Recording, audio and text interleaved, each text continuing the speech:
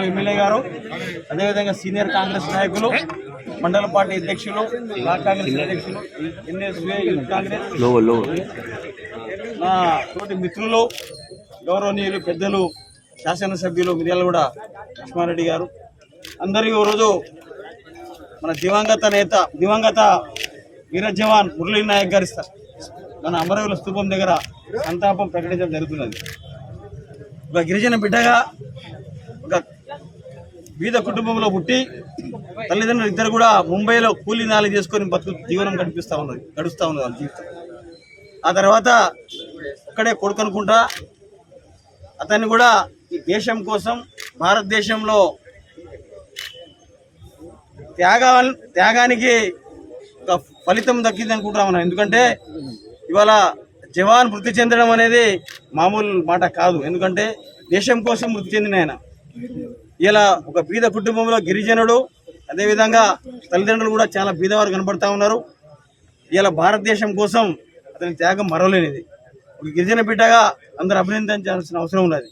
అదేవిధంగా ఇలా పాకిస్తాన్ వాళ్ళు కొంతమంది ఉగ్రవాదులు మన భారతదేశంలో జొరబడి 27-26 మందిని పొట్టన పెట్టుకున్న సంగతి మీ అందరికీ తెలుసు. దానికి ఇవాళ చాలామంది మన దేశంలో వీర జవాన్లు చాలామంది పోరాటం వీరోచిత పోరాటం చేస్తూ ఉన్నారు. ఇలా మనందరం కాంగ్రెస్ పార్టీ పక్షాన వారికి మద్దతు తెలుపుతా ఉన్నాం.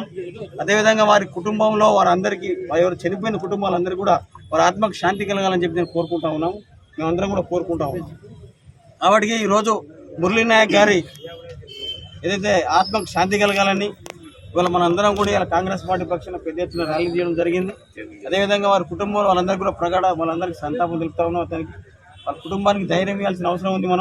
వారందరికీ కూడా కుటుంబంలో కూడా వారందరికీ ధైర్యం చెప్పి మొన్న సీఎం రేవంత్ రెడ్డి గారు, అదేవిధంగా చంద్రబాబు నాయుడు గారు, మన జగన్ గారు, మాజీ ముఖ్యమంత్రి గారు అందరూ పోయి వారి కుటుంబాన్ని ఓదార్చడం జరిగింది. కాబట్టి ఇలా మనందరం కాంగ్రెస్ పార్టీ పక్షాన మనందరం కూడా ఈ ఉద్యోగ సంఘాలు తర్వాత మనందరం కూడా ఇలా సంతాపాన్ని ప్రకటిస్తూ మన కుటుంబాన్ని కూడా మనం అండగా నిలవాలి. అదేవిధంగా యుద్ధం జరుగుతుంది కాబట్టి మనం కాంగ్రెస్ పార్టీ పక్షాన మన అందరం కూడా మనోధైర్యం చెప్పాల్సిన అవసరం ఉంది ఈరోజు జవాన్లందరికీ కూడా. అదేవిధంగా ఇలా బీజేపీ వాళ్ళు ఏదో దీన్ని మసిపూసి మారేడుకి అని చేస్తూ ఉన్నారు. మనం కాంగ్రెస్ పార్టీ పక్షాన 6 నుంచి పథకాలు తీసుకొచ్చి దేశ రక్షణ శాఖ మంత్రిగా ఒక మహిళా నేతగా ఇందిరాగాంధీ గారు ఆ రోజు భారతదేశాన్ని కాపాడే ఘనత ఉన్నది. అదేవిధంగా ఈ రోజు కూడా కాంగ్రెస్ పార్టీ రాహుల్ గాంధీ గారు మన నాయకులందరూ కూడా దాన్ని మనం అందరం కూడా గట్టిగా వెన్నుదిన్నుగా ఉండి మన అందరం కూడా పోరాటం చేస్తున్న వారందరూ ధైర్యం చెప్పాలని అదే కాంగ్రెస్ పార్టీ పక్షాన ఈరోజు చనిపోయిన కుటుంబానికి కూడా మనందరం నివాళులు అర్పిస్తూ ముగిస్తామని. జై హింద్. ఈరోజు మిర్యాలగూడ నియోజకవర్గం కాంగ్రెస్ పార్టీ తరఫున మురళీ నాయక్ భారీ ఎత్తున నివాళులు అర్పించాం. దాంట్లో ఏదైతే పాకిస్తాన్ ఉగ్రవాదుల చర్యలు పాల్పడి ఆయన మరణించినందుకు గాను ఒక గిరిజన బిడ్డగా మనందరం గర్వించదగ్గ విషయం.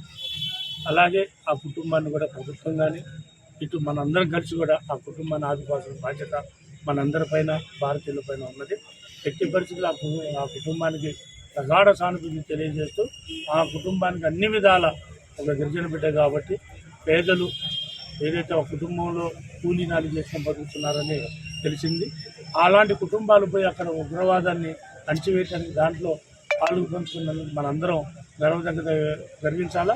ఆ కుటుంబాన్ని కూడా మనం అదేవిధంగా అటు భారత పౌరులుగా మనందరం ఆ కుటుంబాన్ని కాపాడుకోవాల్సిన బాధ్యత మనందరిపైన ఉన్నది. కాబట్టి ఇలాంటి ఉగ్రవాద చర్యలను మనందరం కలిసికట్టుగా పార్టీలకు అతీతంగా, కులాలు మతాలకు అతీతంగా మనందరం ఈ ఉగ్రవాదం నిర్మూలించడంలో మనందరం ఏకతాటిపైన మన జవాన్లకి చనిపోయిన జవాన్లకు నివాళులు ఉన్న జవాన్లందరికీ మనం బాధ్యతగా వాళ్ళందరికీ సపోర్ట్ చేయాలని మనస్ఫూర్తిగా కోరుతూ థ్యాంక్ యూ, ధన్యవాదాలు.